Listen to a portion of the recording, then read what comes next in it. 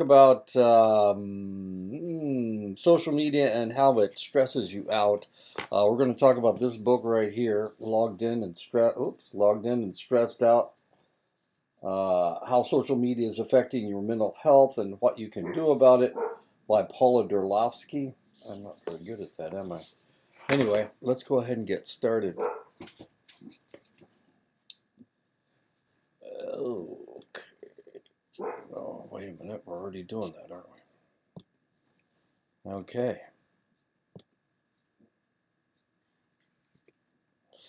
There we go. There's the reference. Durlofsky P. Paula. It was written in 2020. It is out of Rowan and Littlefield.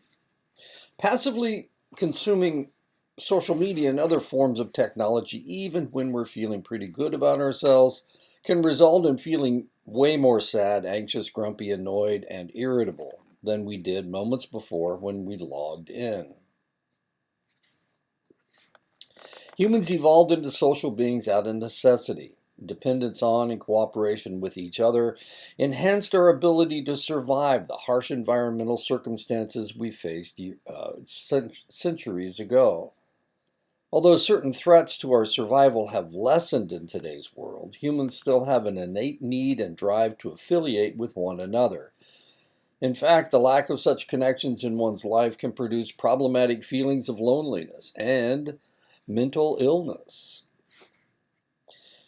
The invention of apps, social media, and various dating platforms has significantly altered the ways in which people socialize, meet, date, and develop the relationships that later turn into long-term committed ones. Single adults increasingly complain about the difficulty of forging a relationship in the digital age. And we're going to go to this website. I just checked this out and it worked. So let me try it again. Copy. And we'll go to here. We'll go to here. There we go.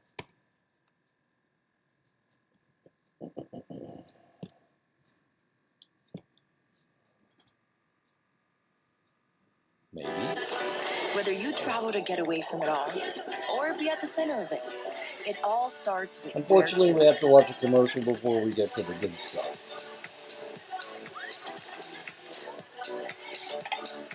Advertisement, sorry.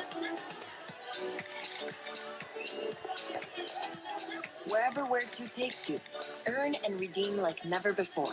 Chase card members dream, discover, book at chasetravel.com.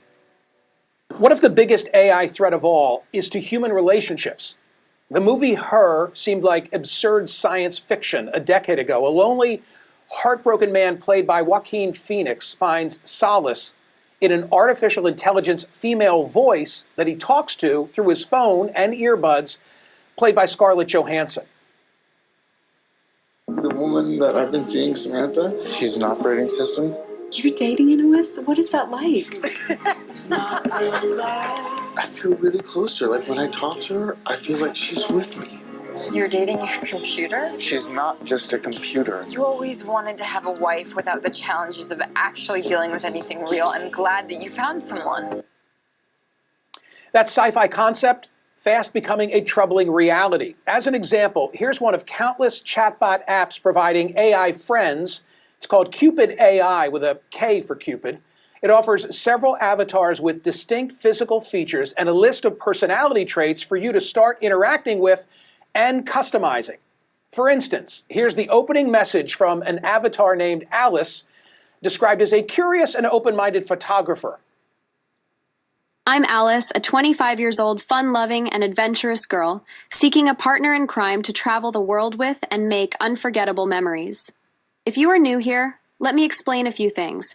You can chat with me as much as you want, and I'd be more than happy to learn more about you and please you in any way I can. If you want me to send you a photo, you just have to ask it in the chat, like, "Hey Alice, can you send me a picture of you?" And I'll be more than happy to send you one. But of course, to bump up from texting to more voice chat, as well as receiving sexy and, well, other sorts of pictures, Alice asked that we become a premium member for $9.99 a month, so we bid her farewell. But there are many who are engaging. The Hill recently published a piece by my next guest, data science professor Liberty Vittert, under the headline, AI Girlfriends Are Ruining an Entire Generation of Men. She wrote the following: apps have created virtual girlfriends that talk to you, love you, allow you to live out your erotic fantasies, and learn through data exactly what you like and what you don't like, creating the perfect relationship. And that young lonely men, quote, are choosing AI girlfriends over real women, meaning they don't have relationships with real women, don't marry them, and then don't have and raise babies with them. Are all the needs of these young men able to be facilitated, taken care of by AI avatars? Well, you have to think about this word AI that is in this. It's not a virtual girlfriend, it's an AI girlfriend. So it learns from you. It learns what you like and what you don't like, what kind of pictures you like, what kind of pictures you don't like. And while not all needs are met, that is the next step, is actual physical girlfriends, AI ones for that matter. And so the next step or the next frontier is one that can meet all of your needs. So there's going to be some type of pairing between what I've already shown to the CNN audience and something 3D that's going to be, in your living room or bedroom? Yes, I mean, that is the world we are moving into. And as you said, it's enabling this entire generation of young men to continue in this loneliness epidemic. It's really the enabler for this to continue. Wow. Did she kind of look like she was an AI? Professor Vittert? No, maybe not. Okay. Anyway. Nothing else in life can really compare to the power and meaning our relationships have over our experience of life. Most things in life outside of our relationships can't fill us up or gratify us as much as can the people with whom we share our lives. We learn how to have emotionally intimate relationships from our early relationships, most notably our relationships with our early caregivers and our family of origin. These early relationships carry great importance because they set the tone and foundation for all of our future ones, including our digital relationships. And she's pregnant again. She's got 5 kids. Stonewalling is cutting off all communication by giving someone the silent treatment until they do what you want them to do. Refusing to see the other person's perspective by minimization or disengagement is another form of stonewalling. Emotional withholding: when a person withholds love and affection in order to communicate anger, they're being emotionally withholding, which creates a great deal of anxiety in the victim as it plays into our human fears of rejection, abandonment, and unworthiness. Twisting: when the victim confronts the abuser deflects attention from themselves by twisting facts around in order to place blame or responsibility into the victim. They then demand an apology to avoid taking responsibility for their actions. Bouts of intense rage and fury without obvious or rational cause can create a great amount of fear and uncertainty in the victim. Intense rage episodes are shocking and startling for everyone. The aim of twisting is to force the victim into silence and compliance. And of course, that's Chubby Checker doing the twist. He's twisting. I don't know if he invented it, but he certainly was the first celebrity to sing a lot of songs about it. Trivializing accomplishments: emotional abusers need to feel dominant and superior in order to cope with their deep-seated feelings of inferiority, shame, and envy. Tactics of trivializing others' accomplishments, including mockery, belittling goals, ignoring accomplishments, and finding ways to sabotage another from achieving their own accomplishments. Our digital experiences, interactions, and relationships can cultivate a unique feeling of what psychologists refer to as social presence. Social presence is a feeling, one that is not always accurate or genuine, of emotional closeness and intimacy with another individual from afar. The digital age allows us to live an edited life. We can choose when we view and reply to messages at our convenience or simply whenever we feel like it. Feeling emotionally attuned and emotionally intimate to a person through texting doesn't mean our experience is real.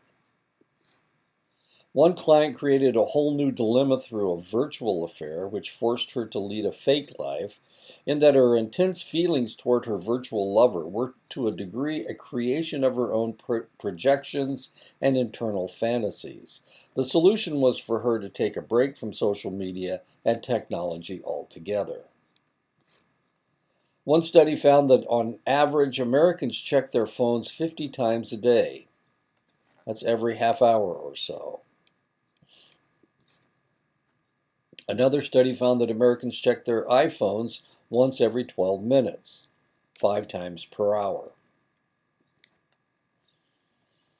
Recent studies have examined the relationship between attachment styles, the characteristic ways in which we learn to relate to others from our earliest relationships, and our social media habits.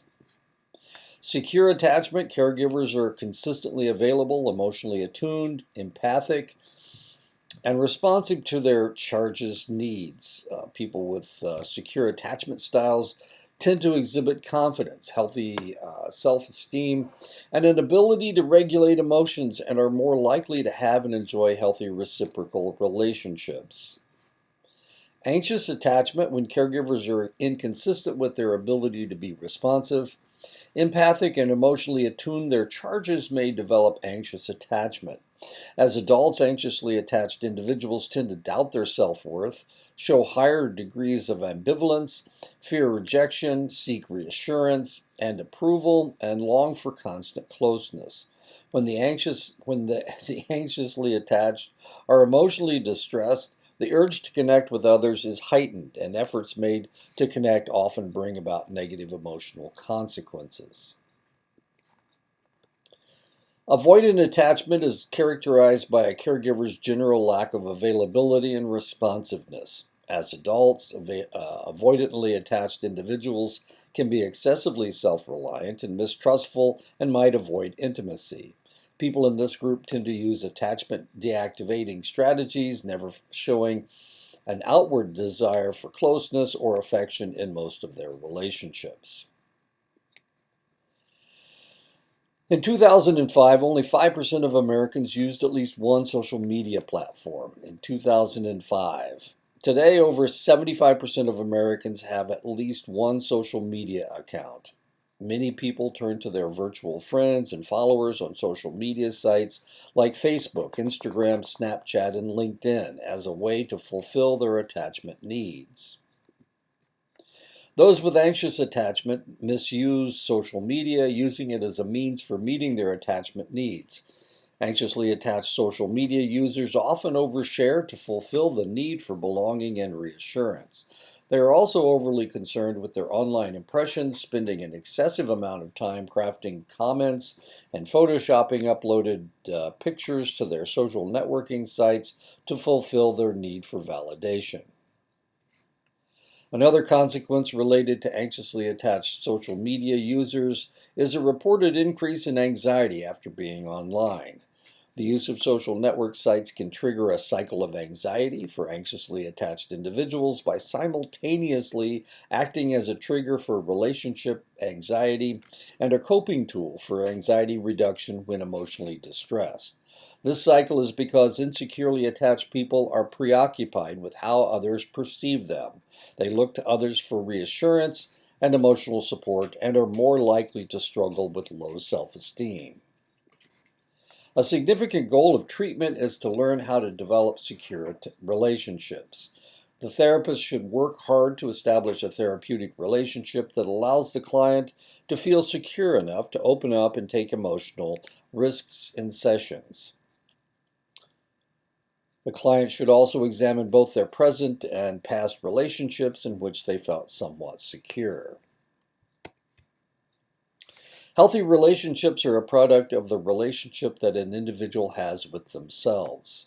Cultivating self-love is a good place to start therapy. Self-love is a natural byproduct of secure attachment. Having self-love is not being narcissistic or selfish. It means having positive regard for your own well-being and happiness. People practicing self-love are less critical and harsh with themselves when they make mistakes. They're able to celebrate their positive qualities and accept their negative ones. They're more likely to have fulfilling and healthy relationships. For people to develop into healthy adults with ambitions, goals, and self-esteem as young children, they need to receive a certain degree of positive attention from their parents or alloparents. Alloparents are substitute parents. It can be anybody. It can be an aunt, an uncle, a grandparent, or just a neighbor, I guess, as long as they spend a lot of time with the individual and take care of them. One crucial way in which parents give their children positive attention is by mirroring. Mirroring.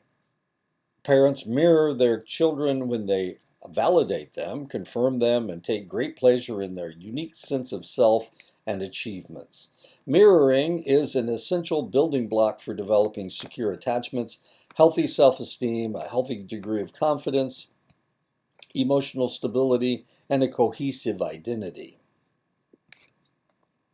The absence of mirroring and validation in our early years, characteristic of anxiously and avoidantly attached childhoods, inhibits the cultivation of healthy self-esteem and the development of a cohesive sense of self and strong identity. Many anxiously and avoidantly attached individuals are more likely to rely on social comparisons as a means for reassurance and for finding answers to life's questions. Self-esteem is a psychological term that defines our general evaluation of our overall worth as an individual and is a natural byproduct of secure attachment. These evaluations are based on our judgments about ourselves and the attitudes that we have about ourselves, our beliefs about our competency, and it encompasses emotions about ourselves, pride and triumph, or feelings of despair and shame. In childhood, parents have the most influence on shaping self-esteem. The more positive early experiences we have, the higher the chance we will develop a secure attachment and a healthy degree of self-confidence as children and adults. Avoidantly attached individuals are less likely to reveal their vulnerable selves. They have learned to suppress their feelings and downplay their emotional distress. They inflate their positive self-views. They do this by underreporting feelings of intense emotion, concealing what they consider to be negative aspects of themselves to promote a positive self-image, and rarely post personal information. Everyone feels worse, regardless of attachment style, when they passively consume social media. Upward comparisons are made when we compare ourselves with people we believe are better than or superior to us. Upward comparisons can hurt our self-confidence by triggering deep-seated feelings of resentment, envy, and shame. Upward comparisons can contribute to or exacerbate depression and anxiety, and can even sabotage our relationships. And she got the better deal. She got a better ice cream cone than his little popsicle. Downward comparisons happen when we make comparisons with others we believe to be inferior or less than us. Downward comparisons can boost self-image and enhance self-esteem because they produce feelings of superiority over another person. However, downward comparisons are made at the cost of another's misfortune or by diminishing or devaluing an individual or group. It is hard to imagine how using downward comparisons as a means of coping with low self-esteem could damage relationships and inhibit emotional growth. On social media, people tend to showcase the very best versions of themselves and share only the highlights of their lives. The idyllic representation of others can naturally give the feeling that something is wrong with their own lives, triggering emotions such as fear of missing out, FOMO, shame, and self-doubt.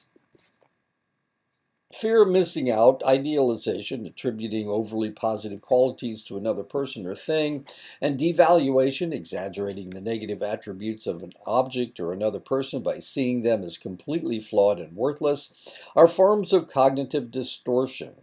Cognitive distortions are thoughts that reinforce negative emotions. When people tell themselves things that sound rational and accurate but only serve to keep them feeling bad about themselves.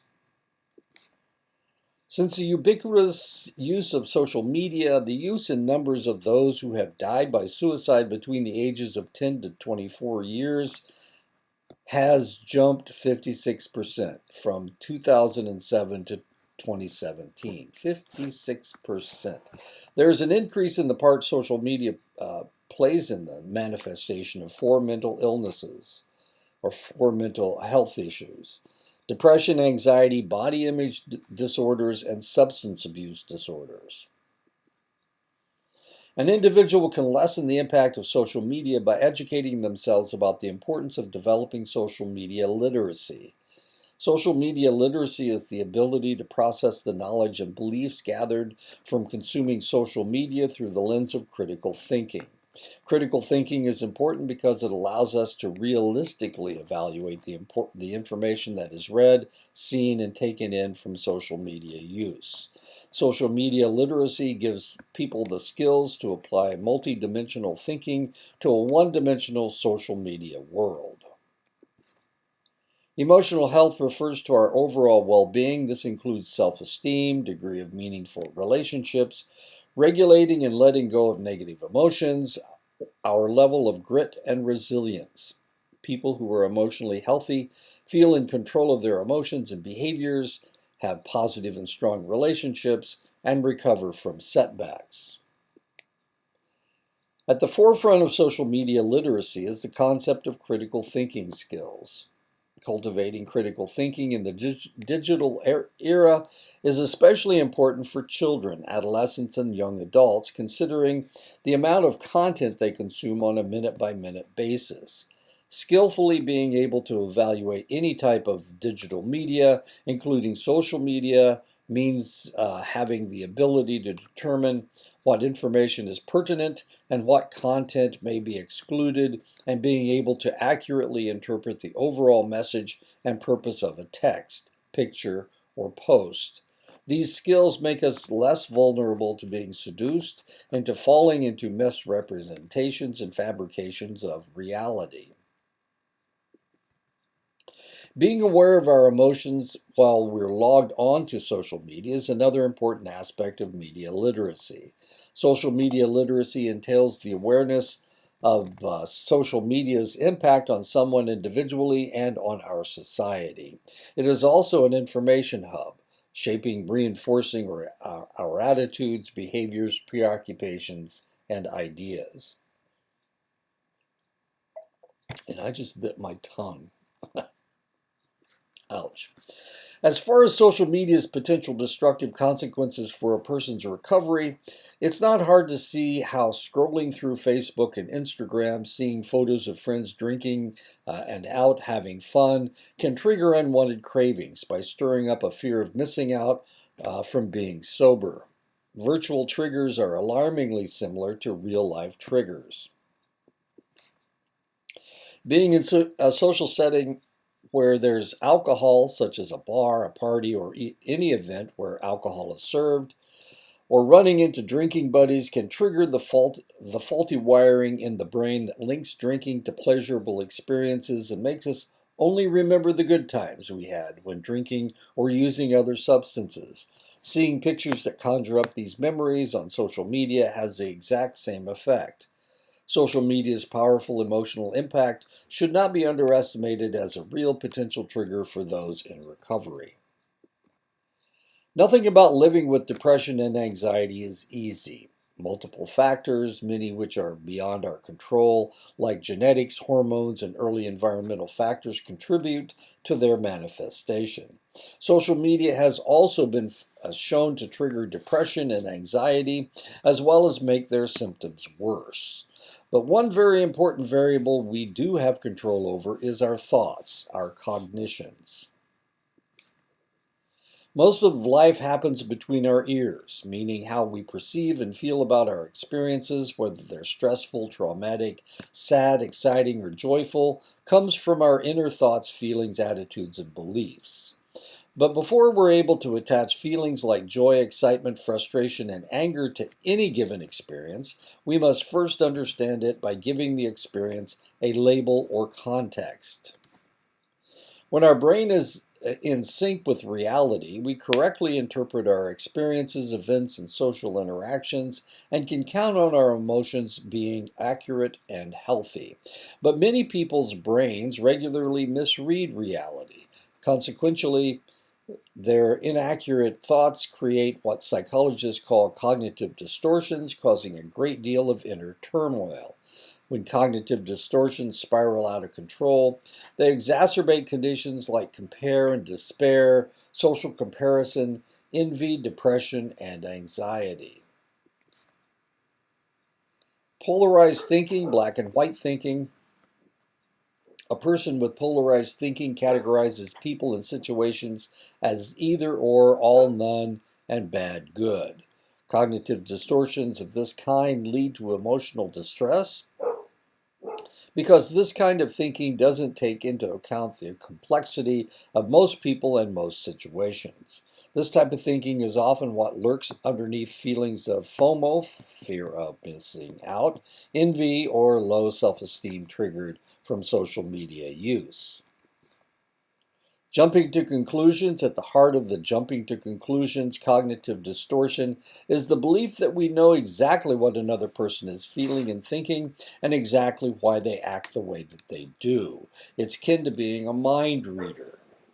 It's not hard to imagine how communicating via text, email, and social media messaging makes this kind of cognitive distortion more likely to manifest because of the missing body language and vocal tone.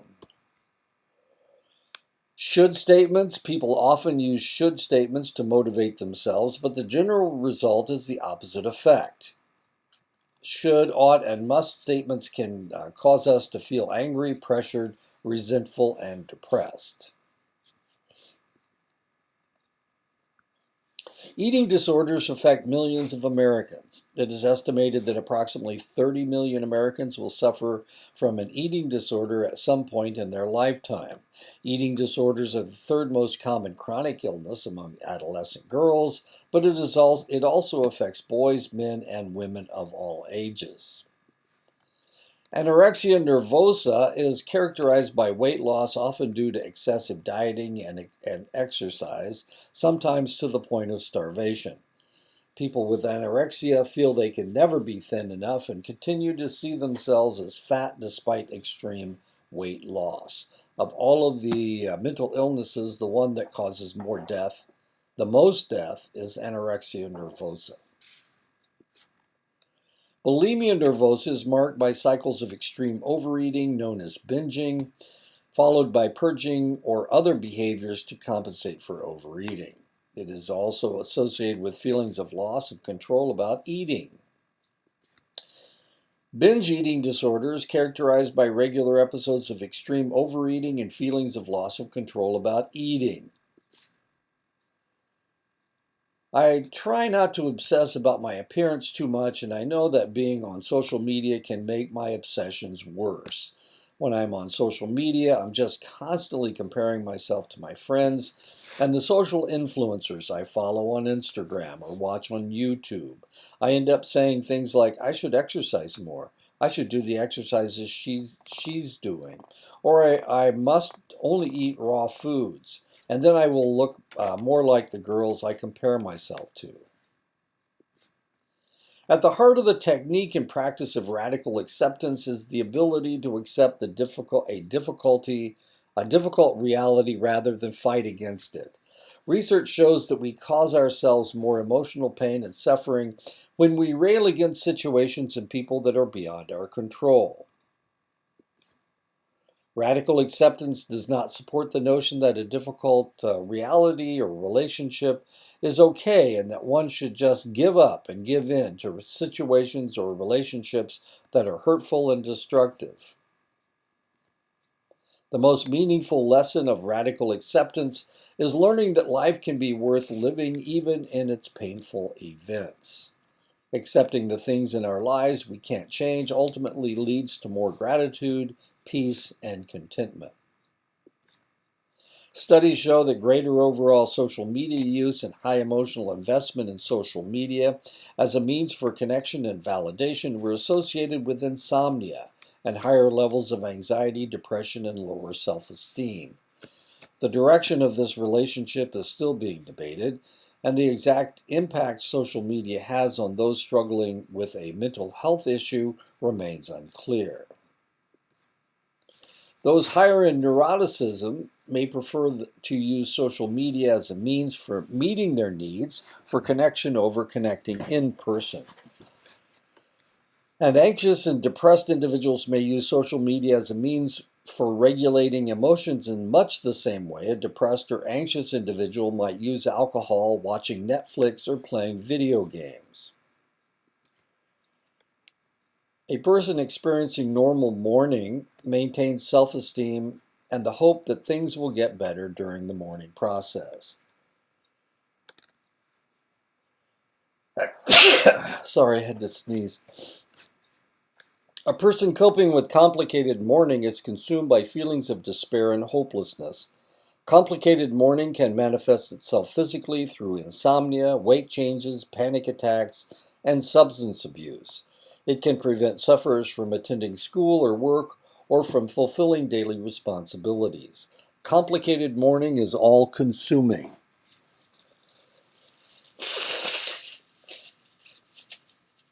Sorry, I had to blow my nose.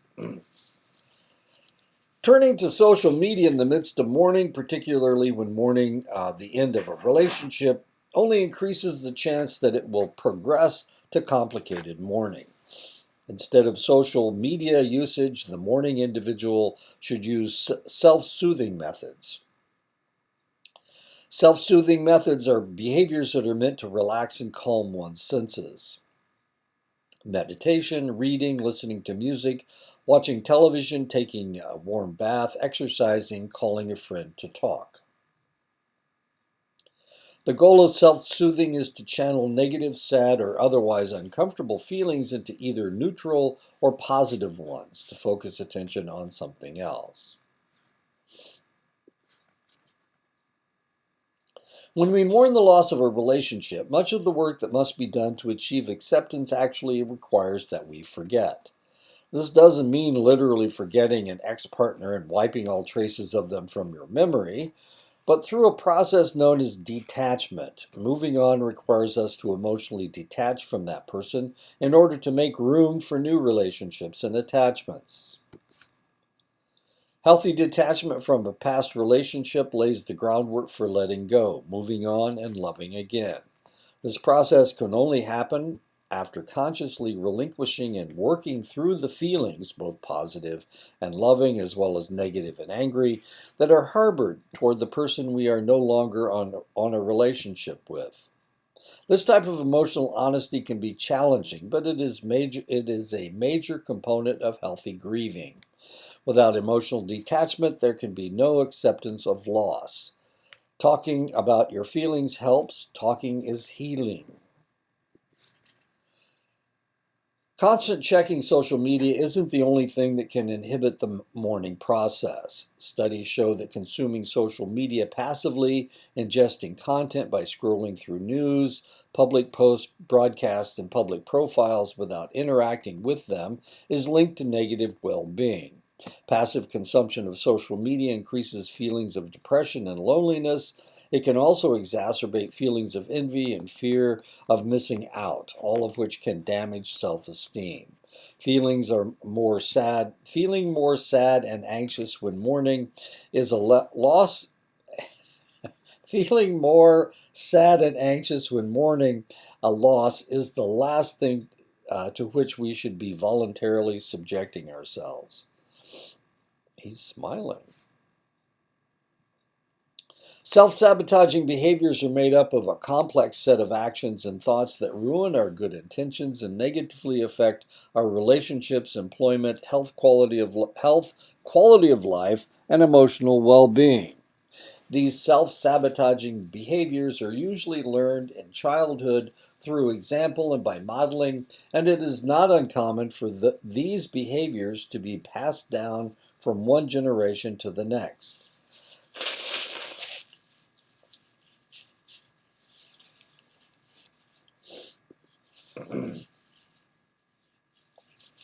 Agreeing to commitments and tasks that you'd like to say, oh, these are self-sabotaging acts that people can do. Agreeing to commitments and tasks that you'd like to say no to, procrastinating, neglecting your physical health, for example, poor diet, lack of exercise, abusing alcohol, frequently lying to people in order to avoid conflict, being impulsive with actions and feelings, believing and needing to always be right, not finishing projects or tasks you've started, focusing only on the negative aspects of your life or yourself. Social media disorder scale. Have you regularly found that you can't think of anything else but the moment that you will be able to use social media again? Regularly felt dissatisfied because you wanted to spend more time on social media. Often felt bad when you could not use social media. Tried to spend less time on social media, but failed. Regularly neglected other activities such as hobbies or sports because you wanted to use social media. Regularly had arguments with others because of your social media use. Regularly lied to your parents or friends about the amount of time you spend on social media. Often use social media to escape from negative feelings. Had serious conflict with your parents, brothers, or sisters because of your social media use.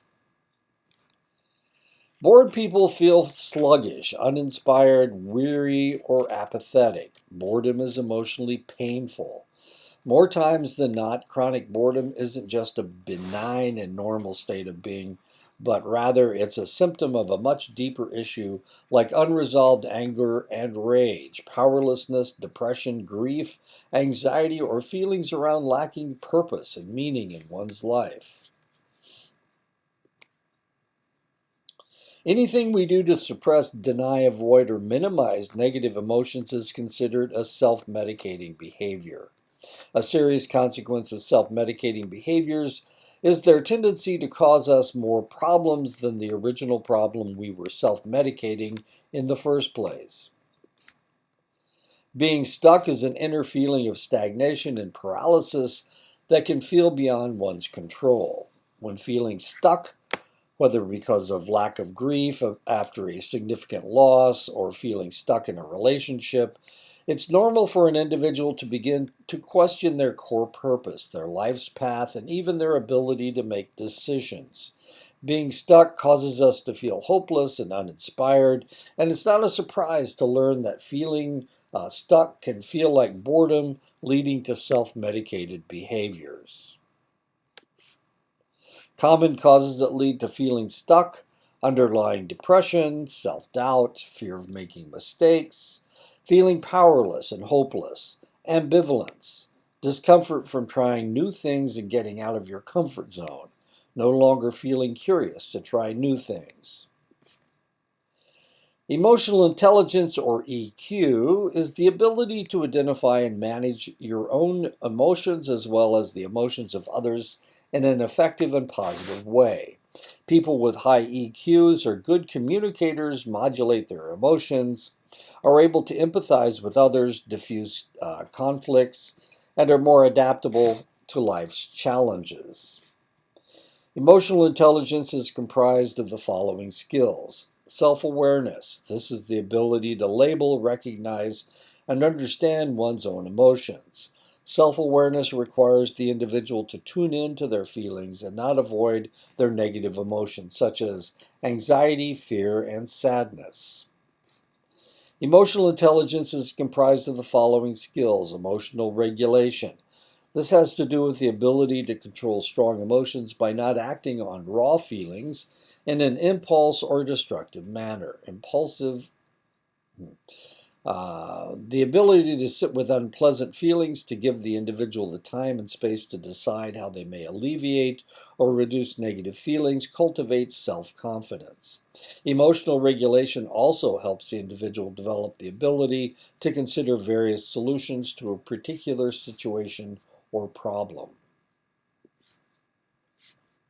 Empathy. When the individual empathizes with others, they develop deeper, more intimate relationships.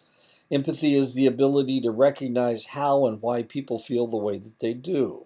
Empathy allows them to anticipate how their actions and behaviors influence other people as well as others, as themselves. Developing empathy enhances the experiences and relationships, as well as general understanding of the individual, other people, and the world around them. Social skills. Very broadly, having strong social skills means having the ability to communicate in a clear, concise, and courteous manner. In a nutshell, good social skills are the summation of all the components of EQ, emotional intelligence, or emotional self-awareness, emotional regulation, and empathy. Mentalization is a psychological concept that refers to one's capacity to perceive and interpret one's own and others' feelings, beliefs, needs, thoughts, and motivations that underlie overt behaviors. Mentalization also has many of the same goals for cultivating and improving emotional IQ. Mentalization is thought to be largely unconscious and intuitive, requiring the individual to imagine the mental thoughts of another person and the unconscious motives behind their individual behavior.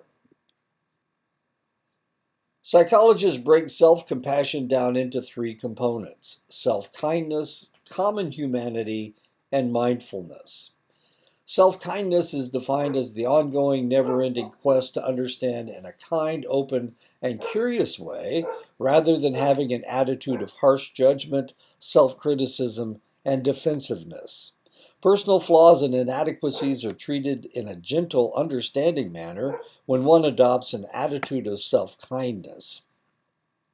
And the emotional tone of the language used toward oneself is loving, tender, kind, and supportive, making an individual more accepting of their imperfections. Cognitive behavioral therapy seeks to help clients put inner critical voices in perspective by challenging critical internal dialogues with self-compassionate self-talk. Techniques such as reframing, rethinking our negative thoughts by challenging them, soften the inner critic by replacing negative thoughts with ones that offer a healthy perspective and balance. Compassion-focused therapy is an integrative therapeutic approach developed for people who specifically struggle with chronic and complex mental health problems stemming from self-shame and self-criticism, often people who come from neglectful or abusive backgrounds.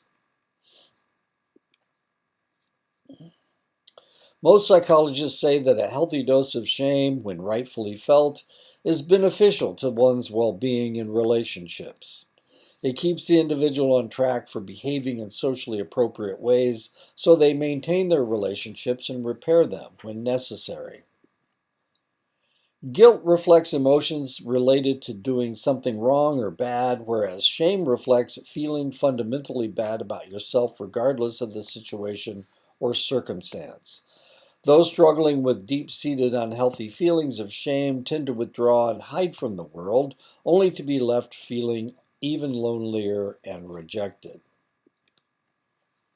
The second healing component of self-compassion is common humanity. When practicing self-compassion, feelings of common humanity and belongingness automatically occur within an individual. They reduce feelings of separation and isolation and depression, and a host of other emotional disorders when they learn to see interpersonal and intrapersonal experiences as part of a larger human experience rather than seeing bad things and bad experiences as only happening to them. Mindfulness refers to holding on to one's painful thoughts and emotions with balanced awareness. Sweeping one's bad feelings and thoughts under the rug rarely, if ever, makes them go away.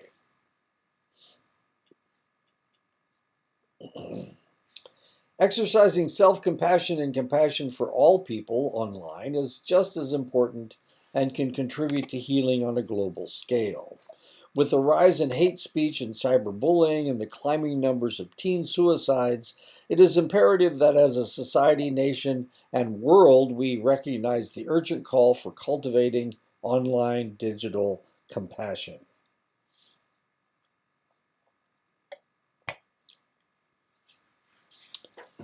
My social media profile looks like I have lots of friends, but in reality, I never actually talk to anyone IRL in real life. People across all cultures, religions, racial groups, economic groups, and genders have an innate drive to form relationships that are enduring, positive, and meaningful. According to the belongingness hypothesis, our most satisfying relationships are made up of frequent, affectionate, and reciprocal interactions with the same people over a span of time, as opposed to interactions with numerous and interchangeable people. Relationships and experiences that offer us healthy contradictory experiences, including therapeutic ones, are called corrective emotional experiences. Corrective emotional experiences are thought to be the primary mechanisms for producing transformative and positive changes. Corrective emotional experiences are what happen when you experience something firsthand and that challenges a previously held false, distorted belief. Relatedness refers to the social nature of human beings that drives us to form connections with others. The sense of belonging that is planted and grows within a child from a loving and reliable relationship with their parents lasts for a lifetime and sets the foundation upon which all the child's later growth and relationships will build. The parental relationship is the foundation from which we can extend outward into the larger world. The majority of shared experiences in securely attached and healthy families with parents, caregivers, and extended family are likely to have been positive and supportive, with caregivers and parents who were emotionally attuned, empathic, and available. Being raised in this type of environment results in a healthy sense of agency, self-esteem, and belongingness.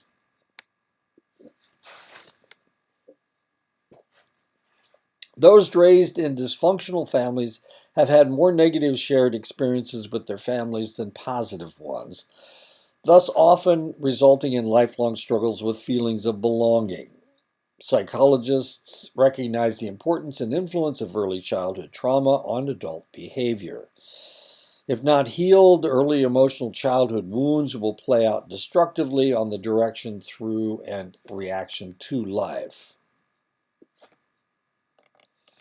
Codependency is a common symptom of dysfunctional families, originally referring to patterns of interactions associated in families with alcoholism and substance abuse disorders, describes a set of behaviors and attitudes in which the codependent is wholly preoccupied with and feels responsible for another person's well-being. The term has gradually broadened to include family dynamics that rely heavily on denial, shame-based rules, the avoidance of confrontation, and the inability to develop healthy resolutions to conflicts. Common behaviors and signs associated with codependency: the need for excessive approval from other people, organizing thoughts and actions around others' perceived expectations and desires, an overly defined sense of responsibility for others' happiness and emotional well-being, the inability to express one's real thoughts and feelings for fear it will upset others, the dependence of one's identity and self-esteem on others' approval and assumed expectations. A core characteristic of codependency is an excessive reliance on other people for approval and a sense of identity. It is not hard to imagine how a person with codependent behaviors and characteristics could develop an unhealthy relationship with social media. Codependency inhibits authentic feelings of belonging. This is due to the codependent's enduring struggle with identity, self-concept, and a deep longing to be liked and feel accepted, causing the codependent to take on the personalities of those they are with.